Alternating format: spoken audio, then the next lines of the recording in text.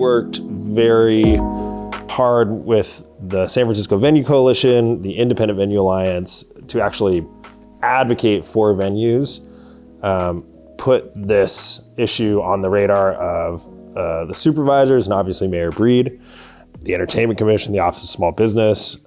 We went to meetings, we showed up did public comments, and it was a concerted effort between, there's probably about 50 venues in the city that are kind of traditional like live performance venues.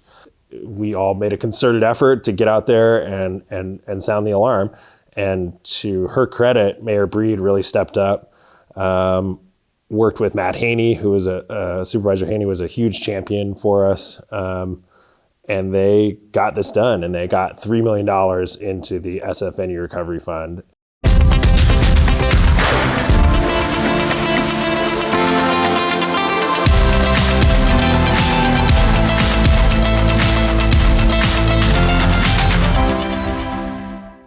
SFVC, we represent about 40 independent venues in San Francisco.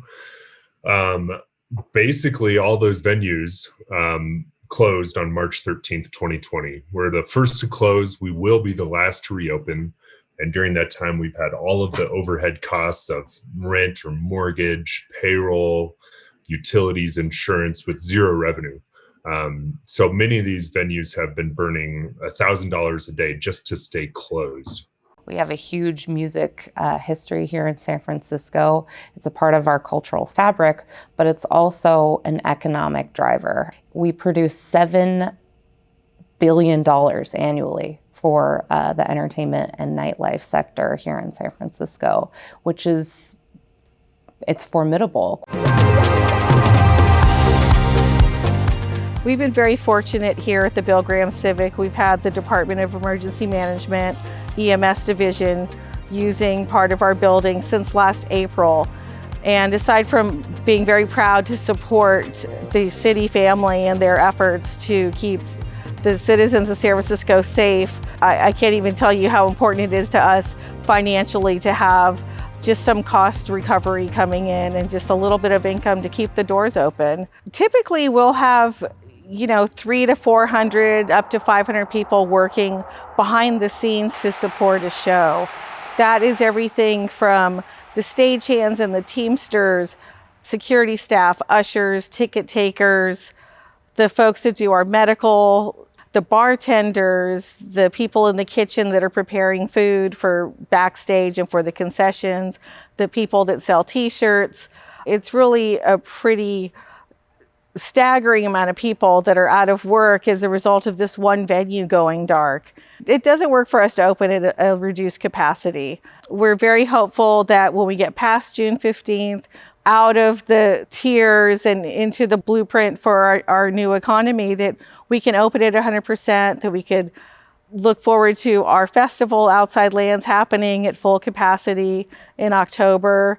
And we're just so grateful for the leadership of the mayor and Dr. Colfax to make us the safest city in America. And this has been hard for everybody in San Francisco. Everybody in the world has suffered this collective trauma, but our leadership has kept us safe and will reopen with their guidance. And I trust them that they will let us know when it's safe to do that.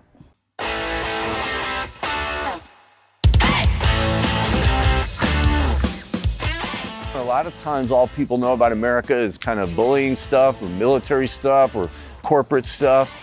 So I feel like when people like me and my friends go to these foreign countries and play music, that we're really giving them an American cultural experience that's important, the same way they could bring that here. Yeah, I mean, it sounds kind of kumbaya, the Dwarves are a punk band and we're kind of nasty and we never were much for like peace and love and everything, but that's the fertilizer that grows the big stuff that someday goes to Bill Graham's place and takes everybody's money, but you got to start with us. And so my hope is that all the groups and people who are making music, make common cause and get together, because without us hanging together, we're going to hang separately, So I think Piano Fight specifically, but also other venues like this all over the place, not just in the San Francisco Bay Area, need to exist in order for community to thrive. And I'm not just talking about the arts community. Even if you're here to see, a Chuckle Bucket comedy show, you're still experiencing humanity in very specific ways, being able to gather with people and experience something together. And especially coming out of the pandemic, the loss of that in-person human connection, rediscovering that in good ways, I think is going to be vital for our entire society. I have grown up with the club, and it is like a family club. Most of our staff has been working with us for over 10 years. There's very little turnover in the staff, so we really feel like a family. What people really think of when they think of Bottom of the Hill, and I get a lot of this, is first of all, the first place I met my husband or wife or where we had our first date. And I love that. And by the way, we love doing weddings, and I expect there to be this amazing wedding season post 2021 of all the makeup weddings. And I hope that many people do them at Bottom of the Hill, because we have had so many rock and roll weddings. I told my girlfriend, I said, just make sure you're standing at the near the front of the stage so I can give you a kiss at midnight. And at the stroke of midnight, I got down on one knee, and I said very quietly, it wasn't like a big public thing, even though we were surrounded by people. I got down on one knee and I said, will you marry me? And she said, are you f***ing kidding me?